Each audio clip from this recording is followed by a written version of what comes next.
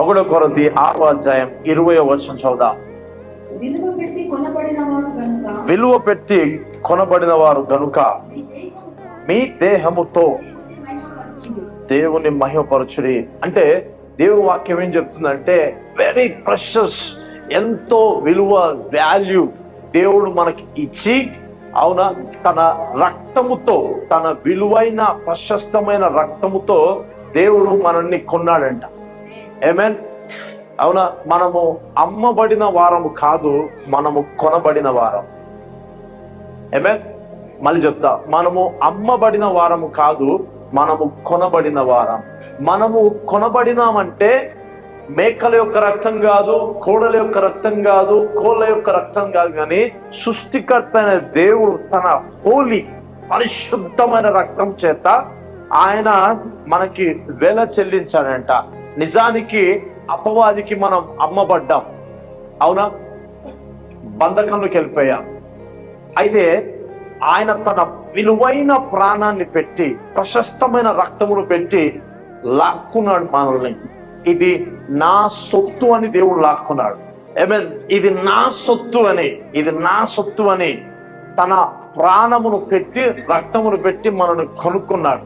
అవునా, కొనుక్కున్నాడు, లాక్కున్నాడు మనల్ని. అవునా. సో వాల్యూ అనేది చాలా ప్రాముఖ్యమైనది, చాలా ప్రాముఖ్యమైనది. అవునా. ఇప్పుడు నేను నీకు ఏం వాల్యూ ఉంది అని నేను ప్రశ్నిస్తే నువ్వు బాహాటంగా చెప్పాల్సింది తెలుసా? యేసు రక్తం చేత కొనగబడ్డా. This is my value. Hallelujah. Not by cash, not by study, not by so and so finance. కాదు. విలువైన రక్తం చేత నేను కొనబడ్డా. నీకేం వాల్యూ ఉంది? ఎస్, నాకు వాల్యూ ఉంది. ఆయన రక్తమే నాకు విలువనిచ్చింది, ఆయన ప్రాణమే నాకు విలువనిచ్చింది. ఆమేన్. సో క్రైస్ట్ నిన్ను దిగదార్చనికి రాలేదు, కానీ నిన్ను పైకి లేవనెత్తడానికి వచ్చాడు. అందుకే స్క్రిప్చర్ ఏం చెప్తుందంటే, మీరు విలువ పెట్టి కొనబడిన వారు మీరు. ఆమేన్. అంటే ఒక వ్యక్తి రక్తంలో కడగబడి ఉంటే ఆషామాష కాదు, వెరీ వెరీ వెరీ ప్రెషస్. హల్లెలూయా. సో నీకంటూ ఒక వాల్యూ ఉంది, నాకంటూ ఒక వాల్యూ ఉంది. దీనికి కారకుడు ఎవరు? యేసుక్రీస్తు ప్రభువు. చెవులు గలవారు వినుడు గాక. ఇక నాకేం వాల్యూ ఉంటది? ఆ మీటింగ్, ఆ చుట్టాల ఆ దావత్కి పోకపోతే వాల్యూ ఏముంటుంది? ఇవన్నీ లేవు అక్కడ. నీకు అర్థమైందా? ఇవన్నీ లేవు. నువ్వు వెళ్ళకపో, దేవుడి దృష్టిలో మాత్రం నీ వాల్యూ పోదు. ఆమేన్. చుట్టాలు బంధువుల్లో వస్తే రావచ్చు, అదంతా డిఫరెంట్ బ్యాచ్, అదంతా ఓకే, అదంతా different batch. But you have value. Amen. ఇది బాగా గుర్తుపెట్టుకోవాలా. అయితే విలువ పెట్టి కొనబడిన వారు ఏం చూపిస్తారు? మరలా విలువను చూపిస్తారు. హల్లెలూయా. విలువ పెట్టి కొనబడ్డాం మనము.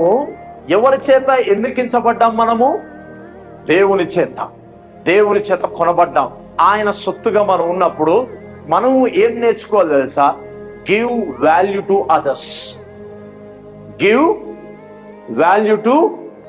అదర్స్. అవునా. ఇప్పుడు చూడండి, మనము కొన్ని మనకున్న కల్చర్ని బట్టి, కల్చర్ ఏమంటారు? మన సంస్కృతి, మన ప్రజలు, మన ప్రాంతము. అవునా. దీన్ని బట్టి మనము కొన్ని చూసి, మన పితరుల నుంచి, మన తాతల నుంచి వస్తున్న స్వభావం అంతా మనలో ఉంటది. డాడీకి పోలే, ఇక్కడనే ఉంటది. డాడీకి పోలే, ఎందుకు? బ్లడ్ ఉంది కదా, బ్లడ్ లో ఉంటది అంతా. సో ఏం చేస్తామంటే, మన కనుచూపును బట్టి, వారి యొక్క ప్రవర్తనను బట్టి మనం ఏం చేస్తామంటే తీర్పు తీర్చేస్తాం మనం. అవునా. దానికి వాల్యూ ఇస్తాం. పలానా అలా ఇలా అంటాం. కాదు, మనం నేర్చుకోవాల్సిందే తెలుసా? అసలు మనం ఎక్కడి నుంచి వచ్చాము, మనం ఎవరి రక్తం చేత కడగబడ్డాము. అవునా. దేవుడు మనం చిన్న చూపు చూస్తుందా, తన గొప్ప స్థితిలో చూస్తుందా అని అవగాహన మనకుంటే వి గివ్ వాల్యూ. హల్లెలూయా.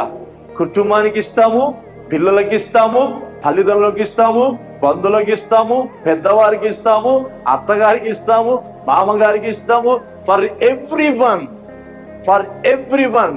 ఎవరు నేర్పించారు? అది యేసుక్రీస్తు ప్రభు నేర్పించాడు. Thank God. కొన్నిసార్లు తల్లిదండ్రులు నేర్పించకపోవచ్చు, మేబీ వాళ్ళకు లేకపోవచ్చు, అవునా, వాళ్ళకు నేర్చుకోకపోవచ్చు. కానీ క్రీస్తులోకి వచ్చాం కాబట్టి, ప్రశస్తమైన వాక్యం మనకు నేర్పిస్తుంది కాబట్టి, విలువ చూపించిన ప్రతిసారి యేసుక్రీస్తు మనం చూపిస్తాం. హల్లెలూయా. సో క్రిస్టమస్ ఇవన్నీ మనం చూస్తున్నాం కదా, ఇవన్నీ ఏంటి తెలుసా? దేవుడు చేసి చూపించి జీవించు అని చెప్తున్నాడు దేవుడు. ఆమేన్. అందుకే దేవుడు చెయ్యకుండా ఇది చెయ్యని నీకు చెప్పలే, దేవుడు చేసి చూపించి మనకు చెప్తున్నాడు, ఈ రకంగా జీవించు. ఆమేన్. అందుకే ఇవన్నీ ఎక్కడ దొరుకుతాయో తెలుసా? ఓన్లీ సంఘములోనే, వాక్యములోనే, దేవుని యొద్దనే దొరుకుతాయి. మార్కెట్లో అన్ని దొరికాయి. మార్కెట్లో ఒకటే దొరుకుతుంది, దోసుకో ఒక్కటే దొరుకుతుంది.